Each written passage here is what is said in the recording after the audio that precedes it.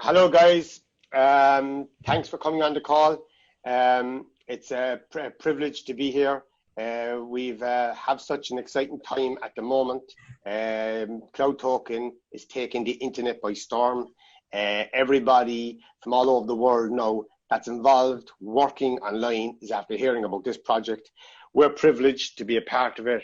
Ronald, myself and Matthias are really excited.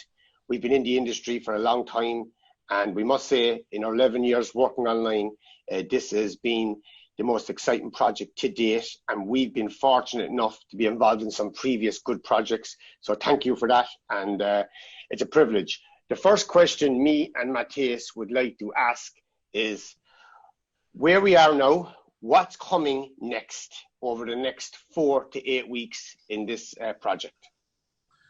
Hi. Okay. It's a very good question, Paul. So basically, we're working on very exciting things to come in the 2 months down the road. Actually, especially for the celebration event that we're going to have in KL in the coming month.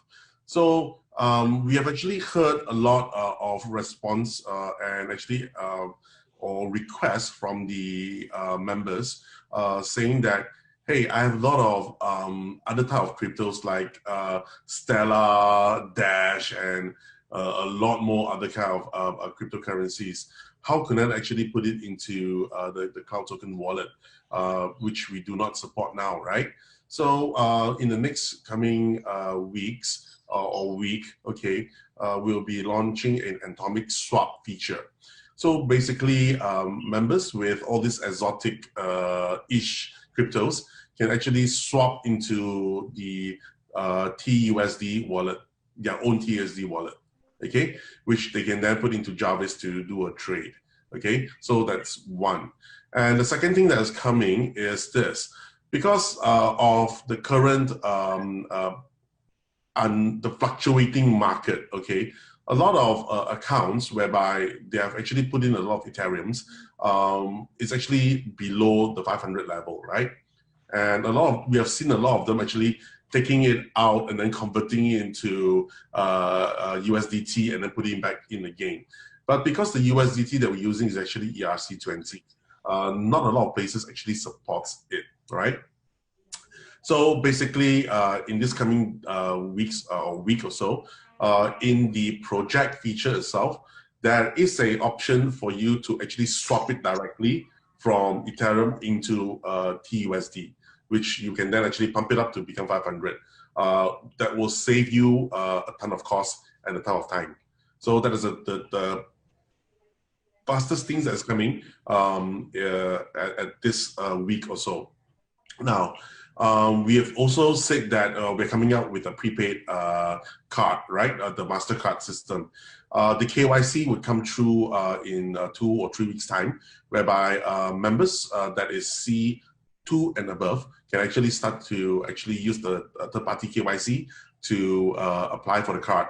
And once your KYC process is done and you are approved, okay, we would actually that would actually land you a particular spot to actually redeem or to buy the ticket to our Malaysian event.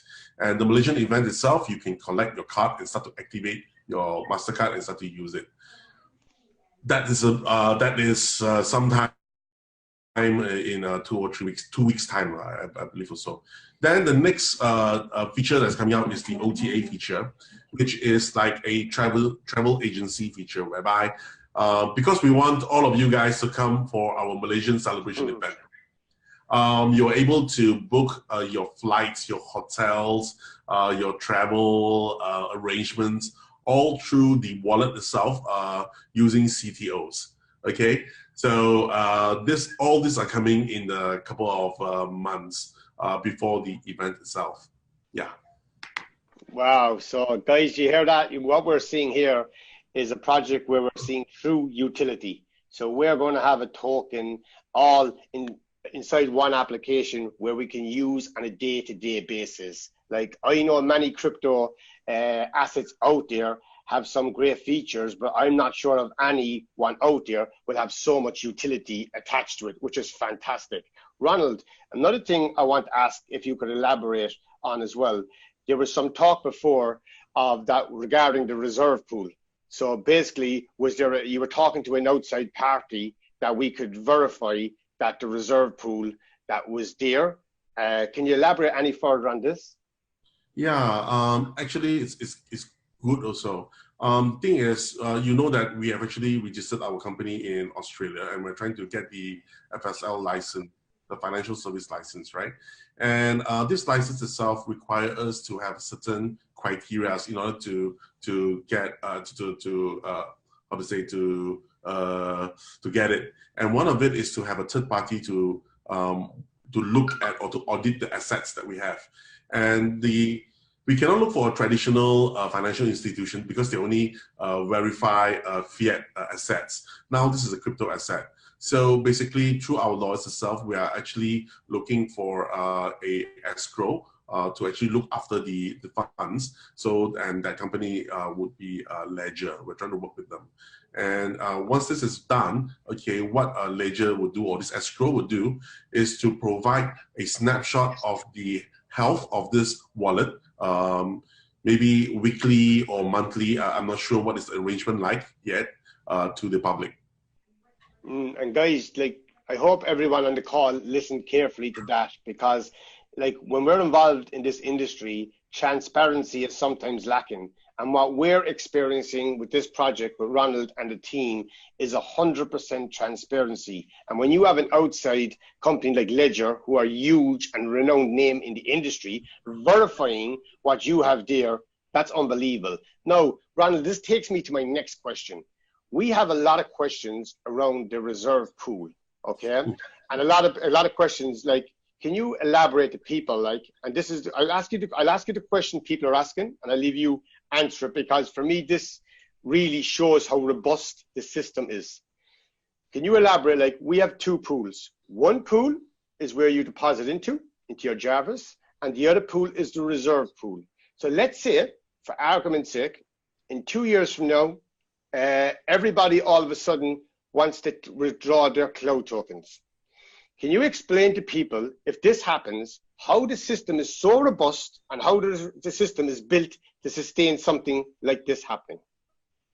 Okay, unlike some of the other projects that uses only one pool, which is the investment asset pool to actually peg their price on, or some other method. But what we are doing is this: we separate the investment wallet and the reserve wallet, which is the profit wallet, okay, into two different ones. So the profit wallet, based on the number of circulation of CTOs, determine the price. That is the profit determines the price. And you still have your investment, okay, which does not determine the price. Okay, which means that if there's a big influx of someone coming in with a large fund, it won't actually affect the price at all, because we have not taken this fund to trade. Whatever result that comes from this trade, okay, that will affect the price. Right? Is that clear enough? Yes, right. Very clear, very clear.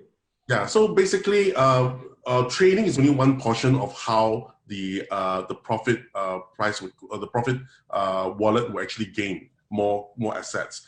One of the things that we're working on closely is with merchants. Okay, of course, you know that we are a utility wallet. So basically, we're going to have a merchant program whereby that is where we are actually getting our OTC license from Zeza. Basically, what it does is to allow us to have a bank account, okay, in US dollars that is able to do crypto trade. Now, what it means is this: if you are a merchant and you want to accept CTO, Bitcoin, Ethereum, Ripple, Stellar, or whatever kind of tokens you want to receive, okay, normally you are affected with the volatility of the market. But with our program itself, you are able to choose how many percent you want to liquidate and how many percent you want to keep. For example, I am a very small shop. I need liquidity for my business, okay? So I will say that I want to liquidate 95% of whatever I get from cryptos, okay? So what happens is, like, this crypto that is being paid by the user hits our OTC. We sell 95% of it into US dollars. Okay, we will then within 1 to 3 days put it back into your bank account. Okay, your company's account or your shop's account, and the 5% is in your wallet, which you can choose to liquidate anytime you want with us. Now, when we do this particular cycle itself, we actually earn from the trade. Okay, and this profit itself goes to the profit wallet, and it helps all the rest of the members. So these are the things that we are doing through the members, through the merchants, through the member spending, and all of this will actually increase the number of profit there is. Now, if the member used to withdraw a lot of CTOs, not say withdraw, to convert CTOs into Ethereum or whatever asset in the future itself, it will just draw down basically from the profit pool. Okay, and that itself would sometimes maybe affect or maybe might not affect the price, but it should be net off eventually. It's because the profit pool itself, you have every day a lot of profits coming in from the various different channels. But if there's more withdrawal than the profit channel, then you might see a dip. But for that, we have a particular a strategy in order to counter that. Because Jarvis itself, we only pay from 6 to 12%. But what if Jarvis earns 18 to 20% for that particular month? That extra is a buffer which you use to patch up. Okay, yeah. So what we are doing is actually quite logical, and it's actually part of the ecosystem structure or strategy in order to maintain the price of the tokens. Yeah, that's powerful. Oof, that's powerful. Like, so people, guys, I hope you're listening to what was said there. So like even like on the overview of everything, let's say for whatever reason, if a large group does a lot of withdrawal and the price goes down, like look at the strategy that's implemented. But guys, once all those profits coming in from everywhere else, the main pool is not affected. What happens once profits come in, the price of token regains again. So guys, what this is, and it took us some time to understand it because me and Matthias have never seen a project like this before. When you understand the mechanics of how the whole ecosystem is working, these guys have anticipated a few events. That gives myself and Matthias huge confidence in the project we're a part of. So, Matthias, have you any more questions to ask one? Yeah, I have good questions because we have, let's say, 500,000 people using the app at the moment. We're talking to bring merchants to this platform. Will people have some benefits if they bring some merchants? For example, let's say I live in a little town in Poland. I can go to the restaurants and I can say, okay, listen, you can accept CTO, different cryptocurrency. I can go to my friend's shop, another friend's shop. Will I get some benefits to introducing the merchants? We have not actually thought of that yet, but it would impact or it will benefit all members, not just only one. Okay, because the merchant discount or the merchant or the gas fee, you can say that, right, goes back into the pool, whereby it will actually push up the price, and everybody will gain from that. Well, Ronald, I know some people are very lazy, so they prefer to sit at home. Okay, Matthew, you go and find the merchants. So maybe you can think about some solution get from every transaction. Yeah, stop 0.001% or something like that, just to make people more active. Then we will have thousands of merchants very, very fast. Yeah, sure. Basically, you could suggest to us, then we will try to see the risk and the implications of it, because we don't want the situation whereby, let's say if you sign up McDonald's and then you get a huge pool and then we have to give you a lot of CTOs, you will make it imbalance again. It took us a long time to actually move the crypto whales out from Jarvis so that it's actually quite stable in Jarvis now, right? So we don't want to create the second problem with this again. Well, you can pay them profit with, let's say, with BTC or whatever, you know? Yeah, it might happen. So basically, it's a good idea. If you have something that you can suggest to us, we will try to discuss in our own action team, and we will see how we can implement it if it does able to benefit the agent or the member that can actually bring in more merchants to come in. Yes, that will be a very, very good idea. Yeah, that's cool. I'm always, since I joined the business, I'm very excited about two things. Transparency, what I like the most, and that Ronald is very open with everybody. I met him a few times in person, a few times on the calls, and he's very open what the company is doing and with transparency of the pool and stuff like that, and with the trading. And the second part, I've always, since I joined the crypto world, for me, very important is that we creating around the token, the ecosystem, so we can spend the token. Because let's say I hire some programmers and I create X coin or X token. If there is no community and no ecosystem built, there is no value in this. So what I like the most, that you're creating a lot of ways that we can spend our CTOs and stuff like that, and ways that there is more income, there is more funds coming into the reserve pool. That's what I like a lot. I'm the mathematician, so I calculate all the time what can be happening in the future if we have a lot of merchants, a lot of transactions. The more transactions, the pool will grow faster and faster. So guys, we have a very small price, to be honest, today, about 47 cents, very small price. But when the company will bring, let's say, within the next 6 months, a lot of things to the ecosystem, then I believe the price will start growing faster. And also, what's very important, will be very sustainable price and stable price. You know, it won't be like going up very fast and jump down, because everybody will use the merchants. So I think this will be very stable price. Yeah. So basically, when we designed this model about 3 years ago, we thought about one thing. We asked ourselves, okay, what is the basis of a currency? What is the currency being backed by? Of course, now we know that a currency is backed by the number of business that is done, the GDP of the country, and all of these things, plus the debt and all of these things. It actually creates the value. So if you look at CTO itself, right, the value is the business that is flowing around it, and that's what sets the price. Not like the ICOs that you see there, which is all by sentiment. Even if you look at Bitcoin, it's based on sentiment. Look at Ethereum, it's based on sentiment.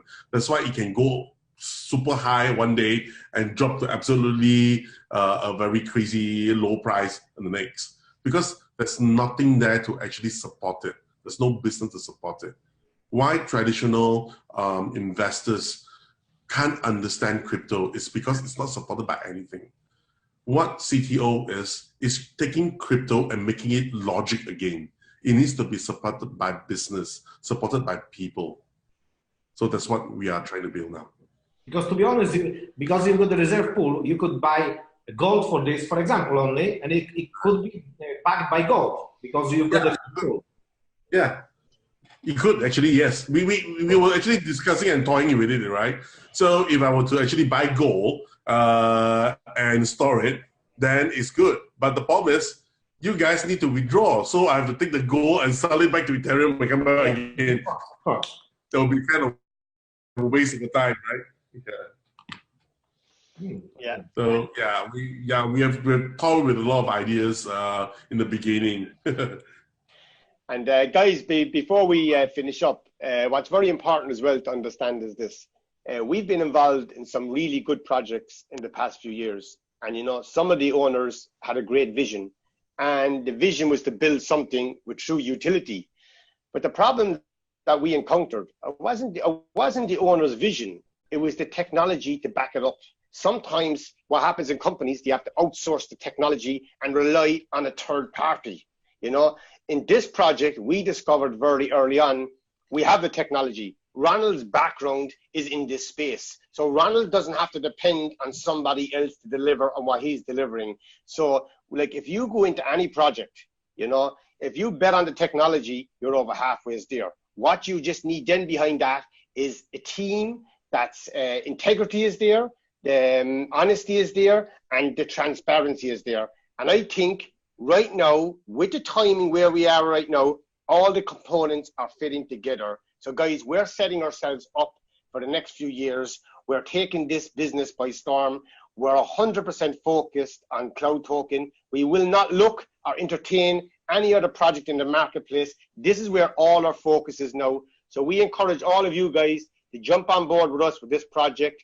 We do a lot of traveling all over the world. We do a lot of tours. Guys, we're setting ourselves up. Ronald, I want to really thank you from myself, from Matthias, from everybody around the world who's looking right now for this amazing project. You're transforming lives all over the world. So thank you so much, Ronald. Thank you. Thank you, Ronald. Thank you. Thank you. Take care, guys. Bye-bye.